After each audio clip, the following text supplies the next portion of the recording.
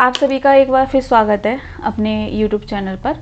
तो आज ही की क्लास से हम स्टार्ट करने जा रहे हैं अपनी प्रैक्टिस सीरीज़ किस संबंध में, रिसर्च के संबंध में। ठीक है, तो जो ये सीरीज़ बनाई जा रही है या फिर जो ये क्लासेस बनाई जाएंगी आपकी रिसर्च मैथोलॉजी से रिलेटेड, वो उन सभी अभ्यर्थियों के लिए महत्वपूर्ण होंगी जो किसी भी यूनिवर्सिटी में एंट्रेंस एग्ज़ाम देंगे। ठीक है, जैसा कि आप सभी को पता है पीएचडी में अगर एंट्रेंस एग्ज़ाम आपका लिया जाता है, सेंट्रल यूनिवर्सिटी हो गई या फिर स्टेट यूनिवर्सिटी जो एंट्रेंस टेस्ट लेती हैं। ठीक है, क्योंकि कुछ यूनिवर्सिटी ऐसी होती हैं जो डायरेक्ट क्या है आपका इंटरव्यू लेती हैं, और कुछ आपने ऐसी भी देखी होंगी जो एंट्रेंस के द्वारा भी क्या है आपके एडमिशन लेती हैं। तो आप देख रहे होंगे कि आपके दो पेपर उसमें पूछे जाते हैं। पहला आपका होता है शोध से संबंधित यानी कि रिसर्च, और दूसरा होता है आपके विषय से संबंधित। ठीक, तो ये जो क्लासें हैं उन स्टूडेंट के लिए महत्वपूर्ण हैं जो रिसर्च मैथोलॉजी के प्रश्नों को करना चाहते हैं, कहीं से उन्हें कंटेंट नहीं मिल रहा है। काफ़ी कमेंट भी आए थे, सर से भी ये बात बोली गई थी कि रिसर्च से संबंध में आपको प्रश्न कराएं। तो हमने क्या है फिर से आपको रिसर्च की क्लासें प्रोवाइड कराने की कोशिश की है। ठीक है, हालांकि सर ने आपको जो अंग्रेजी माध्यम के स्टूडेंट हैं उनके लिए क्लासेस बनाई थी, लेकिन कुछ स्टूडेंट को वो क्लासेस मिल नहीं रही हैं। ठीक है, उसी प्रकार हिंदी में भी मैंने आपको 2 क्लासें प्रोवाइड कराई थी रिसर्च की।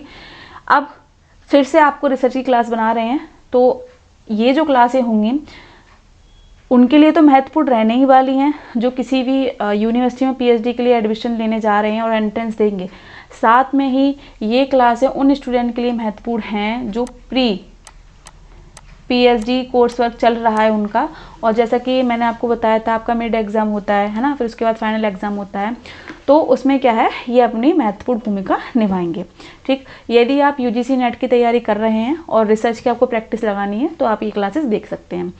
तो आपको एक चीज़ ध्यान होगी, जो स्टूडेंट हमसे शुरू से जुड़े हुए हैं, तो मैंने आपको रिसर्च को लेकर यानी कि शोध अभिक्षमता को लेकर बोर्ड पर आपको क्लास प्रोवाइड कराई थी, जिसमें मैंने आपको शोध से संबंधित जो भी टॉपिक थे, चाहे आपका शोध का अर्थ हो, परिभाषा हो, विशेषताएं हो, उद्देश्य हो, प्रकार हो, परिकल्पना हो, प्रत्यक्षवाद हो, उत्तर प्रत्यक्षवाद हो, है ना, चाहे आपका शोध प्रारूप हो, तो इन सब से जो भी महत्वपूर्ण टॉपिक थे, तो इस पर क्या है मैंने आपको कॉन्सेप्ट आपके क्लियर किए थे।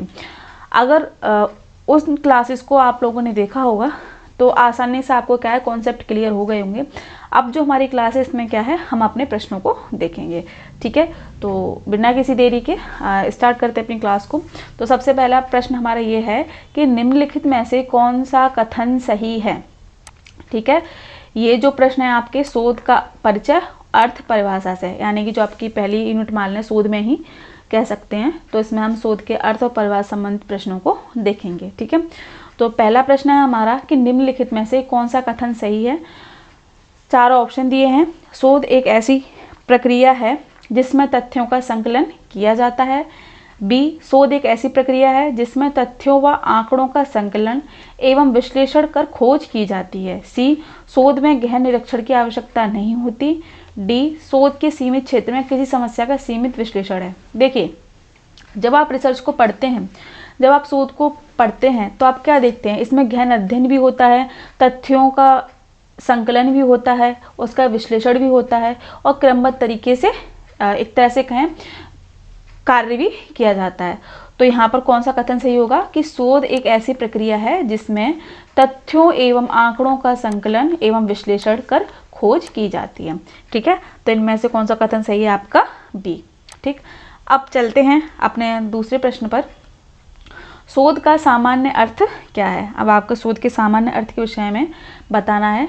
ऑप्शन है ए पढ़ना, दूसरा है खोजना, तीसरा अवलोकन करना, या चौथा है बार बार खोजना। तो जैसा कि मैंने आपको बोला था कि जो शोध है अगर हम उसका अंग्रेजी रूप देखें रिसर्च, यानी कि रिसर्च का अर्थ क्या होता है बार बार खोज करना, यानी कि पुनः खोज करना। तो शोध का सामान्य अर्थ हम क्या लेंगे बार बार खोज करना। तो हमारा ऑप्शन कौन सा सही होगा डी। ठीक है, आगे चलते हैं। शोध से क्या तात्पर्य है। यह एक अवलोकन की विधि है, यह एक उद्देश्यपूर्ण तथा व्यवस्थित गतिविधि है, यह एक नए ज्ञान की खोज है, या उपयुक्त सभी। तो इसमें आपको बताना है शोध की कौन सी परिभाषा या कौन सा कथन शोध के लिए सटीक बैठता है। ठीक, तो इसमें है कि शोध एक उद्देश्यपूर्ण तथा व्यवस्थित गतिविधि है। ठीक है, अब देखिए यहाँ पर काफ़ी स्टूडेंट को डाउट ये रहेगा कि यहाँ पर लिखा है यह एक नए ज्ञान की खोज है। अगर आप, जैसे मैंने बोला कि शोध को अगर हम अंग्रेजी माध्यम से देखें तो उसका क्या मतलब निकलता है, रिसर्च।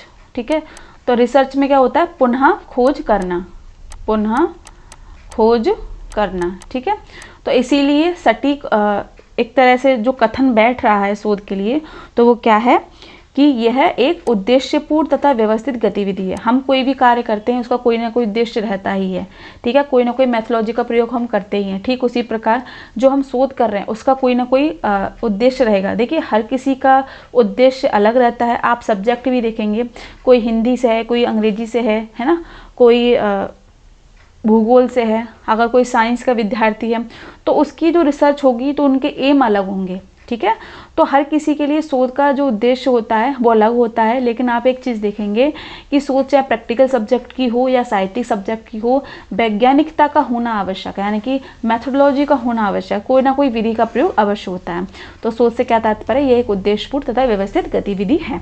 ठीक है, अगला प्रश्न देखें कि शोध शब्द लिया गया है, शोध शब्द लिया गया है, कहाँ से लिया गया है, प्राचीन तीरंदाजी कला के आधार पर या फिर मॉडर्न राइफल निशानेबाजी कला के आधार पर, उपयुक्त दोनों ही समानार्थी हैं तथा प्रश्न में दिए गए पद के अनुकूल हैं, या फिर उपयुक्त दोनों ही विषमार्थी हैं तथा प्रश्न पद से असंबंधित हैं। तो देखिए शोध शब्द कहाँ से लिया गया है, तो इसमें कौन सा सही होगा आपका, सी, यानी कि उपयुक्त दोनों ही समानार्थी हैं तथा प्रश्न में दिए गए पद के अनुकूल हैं। जैसा कि यहाँ पर प्रश्न था, क्या है आपका, पहले ये समझेंगे कि शोध शब्द लिया गया है, यानी कि शोध की जो उत्पत्ति होती है वो किस चीज़ से हुई है। देखिए हर विद्वान का अपना मत होता है, जब एक मत पर कई लोग सर्वसम्मत हो जाते हैं, ठीक है, तो उसे एक तरह से कहें वैधता प्रदान कर दी जाती है। ठीक उसी प्रकार जो शोध शब्द लिया गया है वो प्राचीन तीरंदाजी कला के आधार पर या फिर कह लें मॉडर्न राइफल निशानेबाजी कला के आधार पर है। ठीक है, तो इसमें कथन कौन सा सही होगा आपका, सी, यानी कि उपयुक्त दोनों ही समानार्थी तथा प्रश्न में दिए गए पद के अनुकूल है। ठीक, चलते हैं अपने अगले प्रश्न की ओर। अगला प्रश्न है कि शोध सदैव की संदर्भ में किया जाता है, शोध सदैव संदर्भ में किया जाता है, किस संदर्भ में किया जाता है, पुराने ज्ञान का सत्यापन या फिर नए ज्ञान की खोज या अवलोकन करना या ये सभी। तो इसमें क्या आएगा, ये सभी। ठीक है, यानी कि जो आप शोध करेंगे तो जब आप शोध करने जाएंगे तो पूर्व में जो शोध हो चुकी हैं, जो रिसर्च हो चुकी है, तो आप उनको पढ़ोगे ना। जब आप पढ़ोगे तो वहाँ पर आप देखोगे कि उस समय उन्होंने क्या रिसर्च की और आज के समय में उसकी क्या प्रासंगिकता है। ठीक है, तो जो उन्होंने मैथोलॉजी का प्रयोग किया, जो उन्होंने रिजल्ट निकाला, क्या वो वर्तमान समय में भी वही रिजल्ट निकलता है या नहीं, है ना। तो आप सत्यापन देखोगे। फिर नए ज्ञान की खोज, जब आपने वो सारी चीज़ें देख ली तो उसमें आप नया क्या दिखाएंगे। ठीक है, तो ये सारी चीज़ें, अवलोकन करना, ठीक है, ऑब्जर्व करना सारी चीज़ों को, तो ये किसके अंतर्गत आएंगे, आपके शोध के अंतर्गत आएंगी। देखिए मैंने जो क्लासेस आपको ली थी रिसर्च के संबंध, आप प्लेलिस्ट देख सकते हैं, 16 क्लासेस आपको इसमें मिल जाएंगी। तो मैंने आपको एक चीज़ क्लियर कराई हुई है। यदि आप उन क्लासेस को देखेंगे और फिर आप क्वेश्चन आंसर को देखेंगे यहाँ पर, तो आपको सारी चीज़ें बिना किसी दिक्कत के क्लियर होती चली जाएंगी, है ना। इसीलिए वो क्लासेस स्टार्ट की गई थी ताकि आपके जो कॉन्सेप्ट हों वो क्लियर हों। और हमने जैसे बोला था कि आपको आपकी जो प्रैक्टिस है, एक मतलब सवाल आपको लेकर दिखाएंगे या फिर जो प्रश्न है आपको देंगे, तो उसी आधार पर देखिए यहाँ पर आपको प्रश्न देखने को मिल रहे हैं। चलते हैं अपने अगले प्रश्न पर कि आप उस अवलोकन को क्या कहेंगे जिसमें शोधकर्ता शोध करने से पूर्व योजना बना लेता है। ठीक है, तो आपके ऑप्शन है नियंत्रित अवलोकन, अनियंत्रित अवलोकन, सहभागी अवलोकन, अर्ध सहभागी अवलोकन। प्रश्न हमारा क्या है कि आप उस अवलोकन को क्या कहेंगे जिसमें शोधकर्ता शोध करने से पूर्व योजना बना लेता है। जब हम कोई कार्य करने जाएं उससे पहले ही हम कोई योजना बना लें तो वो क्या कहलाएगी, हमारा नियंत्रित अवलोकन। ठीक है, चलते हैं अपने अगले प्रश्न की ओर। अगला प्रश्न है निम्नलिखित में से आधुनिक समाज में शोध के मुख्य कार्य कौन से हैं। ठीक है, ऑप्शन है आपके ज्ञान के क्षेत्र में प्रगति के साथ गति बनाए रखना, नई चीज़ों की खोज करना, पूर्व लेखन पर आलोचना करना, स्रोतों की गंभीर रूप से व्यवस्थित जांच एवं विश्लेषण करना। तो यहाँ पर आपके 4 ऑप्शन दिए गए हैं। अब देखिए इसमें कूट कौन कौन से आपके ऑप्शन सही बैठेंगे। तो पहला है इसमें आपका 4th, यानी कि स्रोतों की गंभीर रूप से व्यवस्थित जांच एवं विश्लेषण करना, या फिर आपके नई चीज़ों की खोज करना, या ज्ञान के क्षेत्र में प्रगति के साथ गति बनाए रखना। ठीक है। दूसरा जो हमारा कूट है इसमें 1 और 2 3, और तीसरे कूट में 1 और 3, और चौथा जो कूट है उसमें हमारा 2 3 4। तो देखिए अगर आप ध्यान से देखेंगे इसमें, तो यहाँ पर क्या पूछा है कि आधुनिक समाज में शोध के मुख्य कार्य कौन से हैं।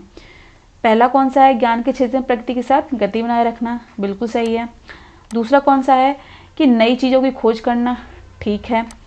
पूर्व लेखन पर आलोचना करना, देखिए पूर्व लेखन पर सिर्फ आलोचना नहीं की जाती है, अगर कोई कार्य अच्छा हुआ है, ठीक है, उससे आप मदद ले रहे हैं तो उसको देखिए एक प्रशंसा भी की जाती है। रिसर्च सिर्फ आलोचना करने के लिए नहीं की जाती है, ज्ञान की वृद्धि के लिए, ठीक है, समाज में इसकी क्या प्रासंगिकता है उसको पूर्ण करने के लिए, ठीक है, क्या समस्या है उनको समाधान के लिए की जाती है। तो ये क्या है, हमारा ऑप्शन गलत है। अगला देखें क्या है, अगला है हमारा कि स्रोतों की गंभीर रूप से व्यवस्थित जांच एवं विश्लेषण करना, बिल्कुल। तो हमारा कूट कौन सा सही बैठेगा, देख लेते हैं। 4 2 और 1, यानी कि कौन सा कूट बैठेगा हमारा, ए। तो ऑप्शन हमारा कौन सही होगा कूट में, ए। ठीक है, तो आपको ये चीज़ें ध्यान से देखनी है। चलते अपने अगले प्रश्न की ओर। अगला प्रश्न है कि निम्नलिखित में से कौन शोध के प्रमुख भाग हैं। ठीक है, कौन शोध के प्रमुख भाग हैं। मुख्य पृष्ठ प्रमुख भाग, मुख्य पृष्ठ धड़ एवं पश्चात भाग, अग्र पृष्ठ एवं पश्चात भाग, या इनमें से कोई नहीं। तो इसमें से कौन सा है आपका मुख्य पृष्ठ धड़ तथा पश्चात भाग। ठीक है, आपको ध्यान रखना है। अगला देखते हैं, अगला जो हमारा प्रश्न है वो परिभाषा से है। ये किसके अनुसार किसी क्षेत्र में ज्ञान एवं सत्यापन हेतु की जाने वाली क्रमबद्ध खोज को शोध कहा जाता है। यह कथन किसने कहा। तो ये किसने कहा, जेम्स ड्रेवर ने। और देखिए ये जो कथन था, जब मैंने क्लास ली है, ठीक है, रिसर्च की, तो उसमें मैंने आपको ये परिभाषा कराई हुई है। 2-3 परिभाषा मैंने डाली हुई हैं ताकि आपको रिसर्च को एक साहित्यिक रूप में समझ में आ सके। ठीक, तो आपको ये चीज़ें ध्यान में रखनी है क्योंकि एक परिभाषा पूछी जाती है। ठीक है, अगला देखें, अगला भी देखिए कथन से ही है कि शोध किसी विषय के बारे में जानकारी को एकत्रित करने एवं उसका विश्लेषण करने की प्रक्रिया है। Option J.W. क्रॉसवेल, या जॉर्ज जे मूले, या जॉन डब्ल्यू वेस्ट, या C.V. गुड। तो ये किसने कहा है, आपके J.W. क्रॉसवेल ने। ठीक है, अगला देखें, अगला भी कथन से ही हमारा प्रश्न है कि आदर्श रूप में शोध किसी समस्या के बारे में सावधानी एवं निष्पक्ष रूप से किया जाने वाला अन्वेषण है जिसमें यथासंभव प्रमाणित तथ्यों में अंतर, निर्वचन एवं सामान्य रूप से सामान्यीकरण को आधार बनाया जाता है। क्या कह रहे हैं, पहले हम चीज को समझेंगे। विद्वान ने क्या बात बोली है कि आदर्श रूप में शोध किसी समस्या के बारे में सावधानी, यानी कि जब हम रिसर्च करने जाते हैं तो रिसर्च में सबसे पहली क्या है, सबसे पहली मांग तो यही होती है कि आप में तार्किकता का होना आवश्यक है, शोध समस्या का होना आवश्यक है। दूसरी क्या, वस्तुनिष्ठता, आप कोई समस्या उठा रहे हैं उसके प्रति क्या आपको वस्तुनिष्ठ होना है। ठीक है, तो किसी समस्या के बारे में सावधानी एवं निष्पक्ष, यानी कि वस्तुनिष्ठता के रूप में किया जाने वाला अन्वेषण, यानी कि निष्पक्ष होकर जो हम खोज करते हैं, किसी के पक्ष में नहीं बोलते, जो चीज़ है उसको दिखाना, जिसमें यथासंभव प्रमाणित तथ्यों में अंतर, निर्वचन एवं सामान्य रूप में सामान्यीकरण, जब हम डाटा को कलेक्ट करते हैं फिर उसका विश्लेषण करते हैं, फिर ठीक है, फिर संश्लेषण यानी कि सामान्यीकरण के आधार पर डाटा को विश्लेषित करते हैं, फिर या फिर कहें उन्हें एकत्रित करते हैं। ठीक है, समानता के आधार पर अलग करते हैं। तो ये किसके अंतर्गत आएंगे, आपकी शोध के अंतर्गत आएंगी। देखिए रिसर्च वही है, पुनः खोज करना, वैज्ञानिक रूप में खोज करना, वस्तुनिष्ठता।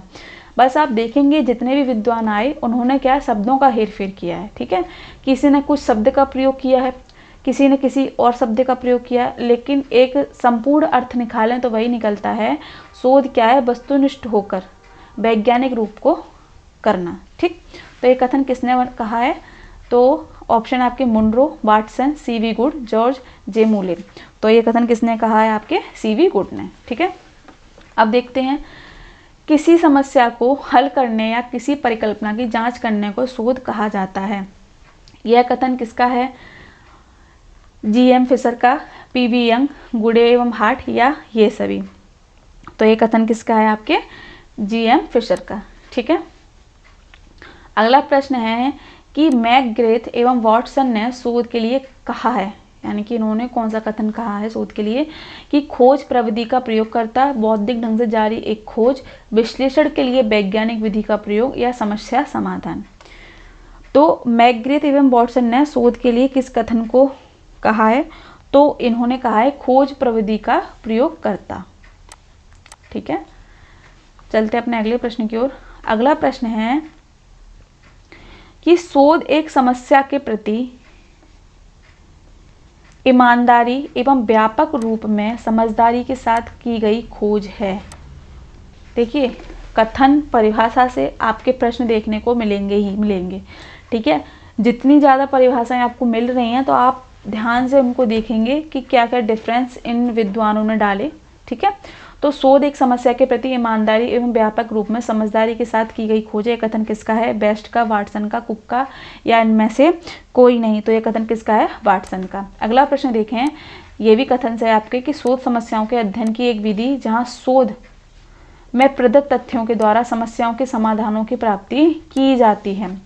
ठीक है, शोध की क्यों जाती है? किसी समस्या के समाधान के लिए। तो ये जो इन्होंने अपनी कथन को कहा, किसने कहा? ये ऑप्शन आपके मुनरो ने, या फिर बेस्ट ने, वाटसन ने, या कुक ने। तो ये कहा है बेस्ट ने। ठीक है, ये कथन किसका है? बेस्ट का है। अगला देखिए, अगला प्रश्न है कि एक प्रक्रिया के रूप में शोध का अर्थ स्पष्ट करने के लिए निम्नलिखित सूक्तियों में से कौन सी प्रासंगिक नहीं है? प्रश्न समझेंगे कि एक प्रक्रिया के रूप में शोध का अर्थ स्पष्ट करने के लिए निम्नलिखित सूक्तियों में कौन सी प्रासंगिक नहीं है? ऑप्शन है क्रमबद्ध क्रिया, वस्तुनिष्ठ अवलोकन, प्रयोग एवं त्रुटि, समस्या समाधान। तो कौन सी है? वस्तुनिष्ठ अवलोकन। ठीक है, एक प्रक्रिया के रूप में शोध का अर्थ स्पष्ट करने के लिए निम्नलिखित सूक्तियों में कौन सी प्रासंगिक नहीं है? तो कौन सा है ये? वस्तुनिष्ठ अवलोकन। ठीक, तो आज की क्लास में क्या है, हमने आपको शोध का अर्थ, परिचय, परिभाषा संबंधित प्रश्न कराए। अगली जो क्लास होगी उसमें क्या है, हम आपको शोध की प्रकृति और उद्देश्य से संबंध क्या है प्रश्न कराएंगे। ठीक है, क्योंकि आपको 15-15 या 16-16 मतलब 1 यूनिट के हिसाब से ही प्रश्न कराएंगे, ताकि आपको समझने में दिक्कत ना रहे और आपको कॉन्सेप्ट क्लियर होते जाएं। ठीक है, यदि आपने रिसर्च की वो क्लासेस नहीं देखी हैं जो रिसर्च अभिक्षमता पर बनाई गई हैं, तो आप उनको देख लीजिए। जब आप उन क्लासों को देखोगे तो आपके कॉन्सेप्ट क्लियर हो जाएंगे। उसके बाद क्या है, आपको प्रश्न की जो पृष्ठभूमि है, ठीक है, तो ये सारी चीज़ें भी आपको समझ में आने लगेंगी। ठीक, तो यदि आपको यहाँ पर कुछ भी चीज़ समझ में नहीं आई है, कहीं पे कोई संशय लग रहा है आपको, तो आप कमेंट बॉक्स में बता सकते हैं। और बने रहिए अपने चैनल के साथ। बहुत बहुत धन्यवाद।